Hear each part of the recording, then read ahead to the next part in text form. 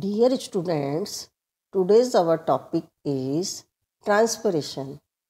What is transpiration? The transpiration is the evaporation of water from the plants. It occurs chiefly at the leaves while their stomata are open for the passage of CO2 and O2 during the photosynthesis. That is called as transpiration. जैसा कि आप सभी जानते हैं, plants अपने root system के द्वारा soil से बहुत अधिक मात्रा में वाटर को एब्जॉर्ब करते हैं। इस प्रकार एब्जॉर्ब किया हुआ वाटर रूट से प्लांट के डिफरेंट पार्ट्स में और ऑर्गन्स में सर्कुलेट होता रहता है। अब ये जो अवशोषित या एब्जॉर्ब वाटर है, इसका कुछ पार्ट तो प्लांट की ग्रोथ में काम आ जाता है, बाकी अन्य जैविक क्रियाओं में प्रयुक्त होता है। इसके अलावा शेष वाटर प्लांट के एरियल पार्ट से वेपर्स के रूप में एनवायरनमेंट में चला जाता है। प्लांट के एरियल पार्ट के द्वारा वाटर वेपर्स के रूप में जो लॉस हो रहा है, इसी प्रोसेस को हम ट्रांसपिरेशन कहते हैं। ट्रांसपिरेशन प्रोसेस में वाटर के लॉस जल के इवोपरेशन के फलस्वरूप ही होता है, परंतु ट्रांसपिरेशन और इवोपरेशन दोनों में बहुत सारी विभिन्नताएं पाई जाती है, जिसका मैं आपको बताना चाहती हूँ। ट्रांसपिरेशन में वेपर्स का निर्माण प्लांट के आंतरिक टिश्यूज में होता है, जबकि इवोपरेशन में वेपर्स का निर्माण वाटर की फ्री सरफेस पर होता है। इसी तरह से ट्रांसपिरेशन में फिजिकल व बायोटिक दोनों प्रोसेस सम्मिलित हैं, जो कि प्लांट के स्ट्रक्चर और फिजियोलॉजी कंडीशंस पर डिपेंड्स करती हैं, जबकि इवोपरेशन में यह केवल एक फिजिकल प्रोसेस है जो कि एनवायरमेंटल फैक्टर्स पर डिपेंड्स करती हैं। ट्रांसपिरेशन में लिविंग सेल्स में कार्यरत अनेक प्रेशर्स पाए जाते हैं, जो कि ट्रांसपिरेशन को कंट्रोल करते हैं, जबकि इवोपरेशन प्रोसेस में इस प्रकार के प्रेशर्स का नियंत्रण नहीं होता है। इसी तरह से ट्रांसपिरेशन में प्लांट्स में एक आवश्यक बुराई के रूप में उसे देखा जाता है, जो कि लीव्स की सरफेस को मॉइस्ट या कूल रखती है, या ये हम कह सकते हैं लीफ की सरफेस को नम व ठंडा रखता है, जबकि इवोपरेशन प्रोसेस में प्लांट की जो लीफ है उसकी सरफेस ड्राई हो जाती है। इसी तरह से ट्रांसपिरेशन प्रोसेस में स्टोमेटा के अंदर गार्ड सेल्स पाई जाती है, और इसी गार्ड सेल्स की क्रियाशीलता के द्वारा ही ट्रांसपिरेशन कंट्रोल होता है, जबकि इवोपरेशन में किसी भी प्रकार की कोशिकाओं का नियंत्रण नहीं होता है। ट्रांसपिरेशन जो है उसमें लाइट डायरेक्ट रूप से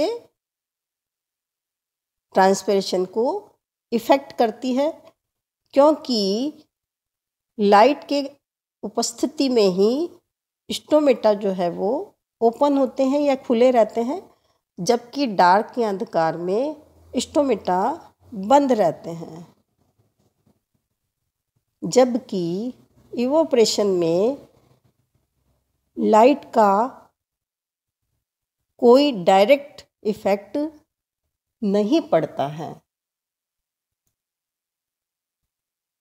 ट्रांसपिरेशन द्वारा वाटर की मात्रा डिफरेंट स्पीसीज में डिफरेंट होती है, या हम इसे यह भी कह सकते हैं मैग्नीट्यूड ऑफ वाटर लॉस। वास्तव में वाटर लॉस की मात्रा प्लांट्स के द्वारा फोटोसिंथेसिस और मेटाबॉलिक एक्टिविटी में प्रयुक्त वाटर से कई गुना अधिक होती है। एक अनुमान के अनुसार ट्रांसपिरेशन में प्लांट एब्जॉर्ब के लगभग 95 to 98 पार्ट का लॉस करता है। इसके अलावा ट्रांसपिरेशन को प्लांट्स के द्वारा शुष्क भार निर्माण के संदर्भ में निरूपित भी किया जा सकता है। प्लांट्स के द्वारा एब्जॉर्ब वाटर की मात्रा तथा ड्राई वेट उत्पादन के अनुपात को ही हम ट्रांसपिरेशन रेशो कहते हैं। इसी ट्रांसपिरेशन रेशो को हम ट्रांसपिरेशन कोएफिशिएंट भी कह सकते हैं। यदि हम डिफरेंट प्लांट्स में ट्रांसपिरेशन के लॉस को देखें तो हम देखेंगे कि कपास या कॉटन, इस पौधे में औसतन 1 लीटर जल प्रतिदिन, इसी तरह से मेज या मक्के के पौधों में 3 से 4 लीटर या 3 से 4 लीटर प्रतिदिन, भोजपत्र का वृक्ष उसमें 300 लीटर प्रतिदिन ट्रांसपिरेशन के द्वारा वाटर का लॉस होता है। इसके विपरीत यदि हम जीरोफिटिक प्लांट देखें जैसे कि कैक्टस है, तो इसमें कुछ मिलीमीटर ही वाटर का लॉस प्रतिदिन होता है, जो कि ट्रांसपिरेशन के द्वारा ही होता है। Gaseous exchange in plant. जैसा कि आप जानते हैं कि गैसियस एक्सचेंज प्रोसेस जो है वो रेस्पिरेशन का एक फंक्शन है, और इसमें ट्रांसपिरेशन जो है वो भी एक इम्पॉर्टेंट पार्ट है। In order to carry on photosynthesis, the green plants need a supply of carbon dioxide and a means of disposing of oxygen. In order to carry on cellular respiration, plant cells need oxygens and a means of disposing of carbon dioxide. Unlike animals, the plants have no specialized organ for the gaseous exchange. There are several reasons they can get along without them. Each part of the plants takes care of its own gaseous exchange need. For example, roots, stem and leaves respire at rates much lower than the characteristics of animals.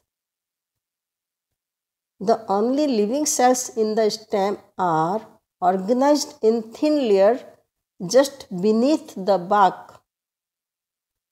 The cells in the interior are dead and serve only to provide mechanical support. Oxygen and carbon dioxide also pass through the cell wall and plasma membrane of the cell by diffusion process. The diffusion of carbon dioxide may be added by aquaporin channel inserted in the plasma membrane. अब हम type of transpiration के बारे में पढ़ेंगे। Transpiration plants के सभी aerial parts में होता है, जैसा कि पूर्व में भी मैंने आपको बताया। सॉइल की सरफेस से बाहर स्थित रूट्स भी ट्रांसपिरेशन का कार्य करती है, परंतु इसकी मात्रा बहुत कम होती है या नगण्य होती है। ट्रांसपिरेशन करने वाले प्लांट्स पार्ट के आधार पर हम ट्रांसपिरेशन को 3 पार्ट्स में डिवाइड कर सकते हैं। तो 3 तरह का ट्रांसपिरेशन जो है प्लांट्स में पाया जाता है। नंबर 1 फोलियर और स्टोमेटल ट्रांसपिरेशन, नंबर 2 क्यूटिकुलर और epidermal transpiration, and the number 3 is lenticular transpiration. इन तीनों ही टाइप के ट्रांसपिरेशन की स्टडी हम नेक्स्ट लेक्चर में पढ़ेंगे।